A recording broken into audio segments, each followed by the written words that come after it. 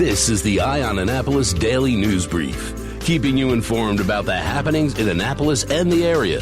Local news, local sports, local events, local opinion, and of course, local weather. The Eye on Annapolis Daily News Brief starts now. Good morning. It's Monday, August 24th, 2020. This is John Frenaye, and this is your Eye on Annapolis Daily News Brief. Happy Monday. I hope you had a great weekend. I actually got out onto the Wilma Lee, which is the skipjack at the Annapolis Maritime Museum, for a sunset sail last night, and it was fantastic.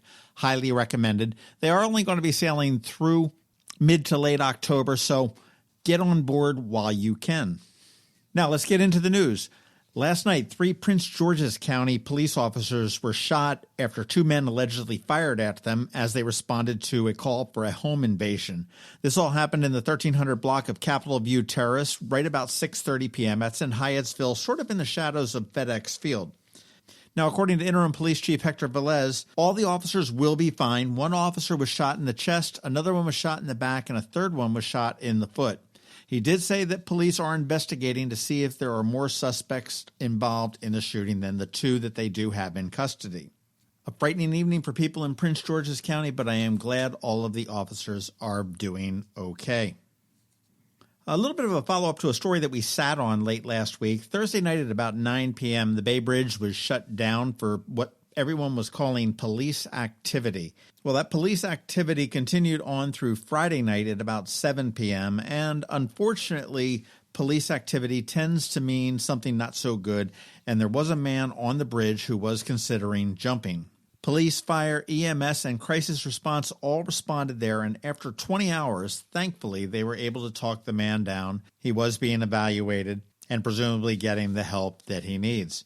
Now, obviously, that did cause a lot of backup, and there was really some really horrible comments about the backup on social media, and I'm really disappointed in Maryland in general when I read some of them. But at the height of the backup, westbound traffic was backed up to Queenstown, and eastbound traffic was backed up beyond the Severn River Bridge. All in all, it was a 20-hour-long bottleneck, but the good news is that this man was brought down safely and is getting the help that he needs.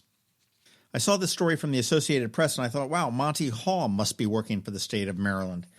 The Associated Press is working on a project where they wanted to talk to all states about how governors develop policy to reopen businesses, health, and local government groups. 15 states so far have provided the records at no cost to the AP. However, Maryland said it was going to cost them $5,800. Well, the AP balked at that and said, no, we're not going to do that. They sent a follow-up request, and Maryland came back and said, oh, well, you know what? We'll do it for $1,900. The AP balked at that as well. Don't know whether they came back for a third shot or not, but not a bad discount. Ask once and it's $5,800. Ask the second time and it's down to $19,000. And finally, as we wrap it up, this is some great news out of Arundel Community College. They have struck a partnership with Southern New Hampshire University, which will allow AACC graduates to transfer to SNHU to complete a bachelor's degree. And there's 8 separate ways to do that. This is very similar to when you go to the University of Maryland and you can transfer everything right over. You can go from your associates in business administration to business administration for a bachelor's, human services to human services, law enforcement and criminal justice to criminal justice, nursing to nursing, physical therapy assistant to health sciences, psychology to psychology, radiologic technology to health sciences, and surgical technology to health sciences. Really kind of a great move. Again, if you want to go up to Southern New Hampshire University. In addition to the program, you can transfer up to 90 credits. Students will be granted a waiver from their application fee, plus they get a 10% discount on tuition. Interested in this? The best way to do that is if you're at AACC, you want to make sure you see your academic advisor, develop the plan to do it, and they do suggest doing it as early as possible in your academic career at AACC. All right, that does wrap it up for us today. Please make sure you're checking out eyeonannapolis.net throughout the day for updates to these stories and more. If you are someplace you can leave a rating or a review, please do that and let your friends, family, and colleagues all know about us. Other than that, you need to hang tight. We've got George Young with your local DMV weather forecast standing by. It is Monday, so we do have Alsina with your Money Monday report. And all of that is coming up in just 1 minute, but here is a quick message from Solar Energy Services. Hello, energy consumers. This is Rick Peters, president of Solar Energy Services. Have you been looking for ways to save money recently? Maybe you should consider solar energy for your home.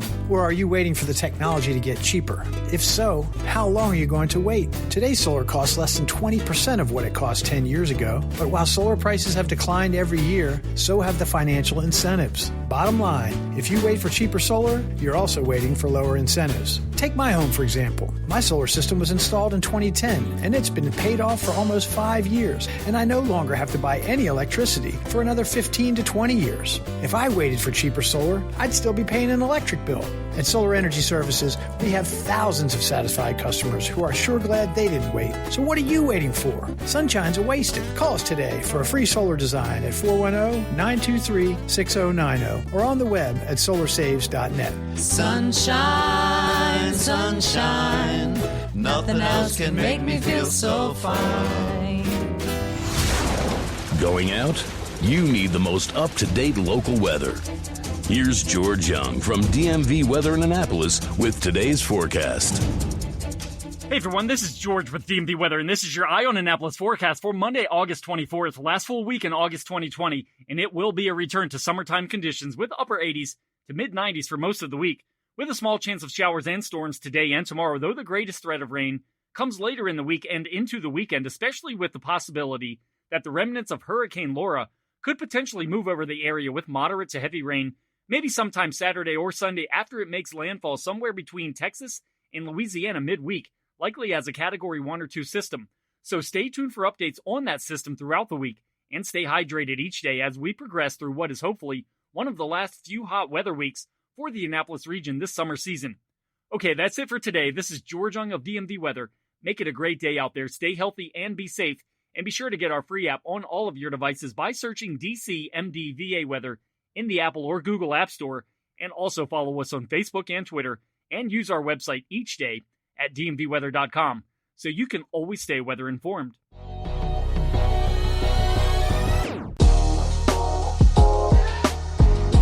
Hi everybody, this is Brian Griffiths, the publisher of The Duck Pin.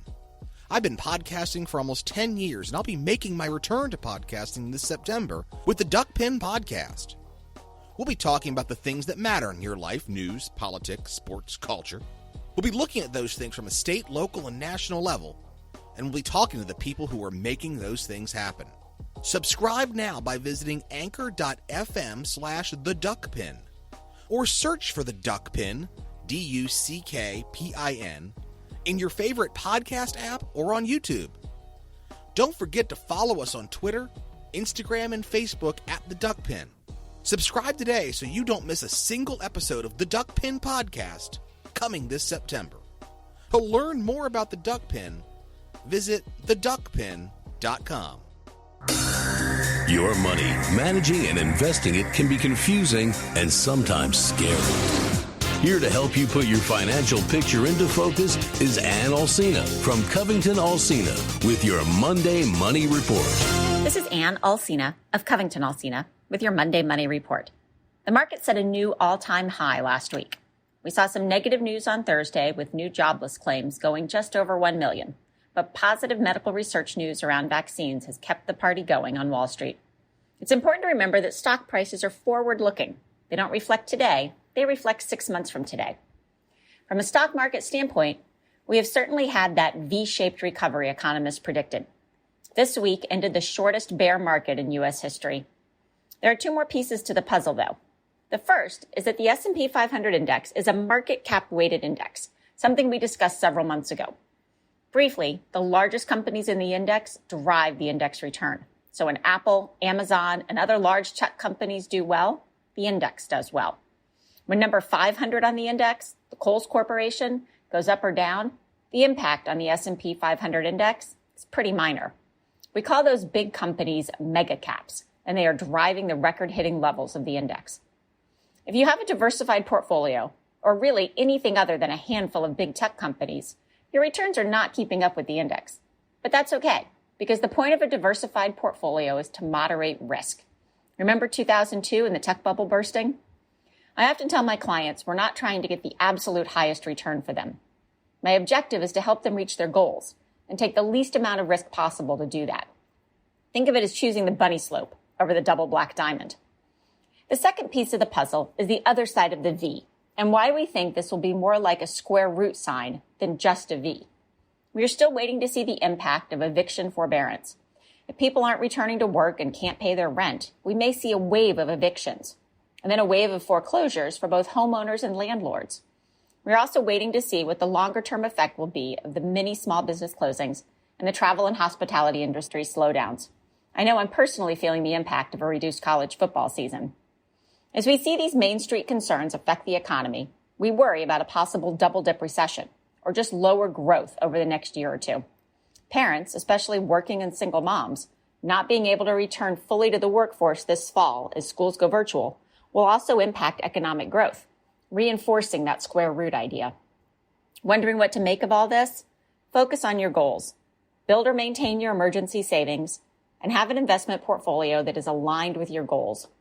Keep investing, whether that is through your plan at work, an IRA, or a regular after-tax investment account.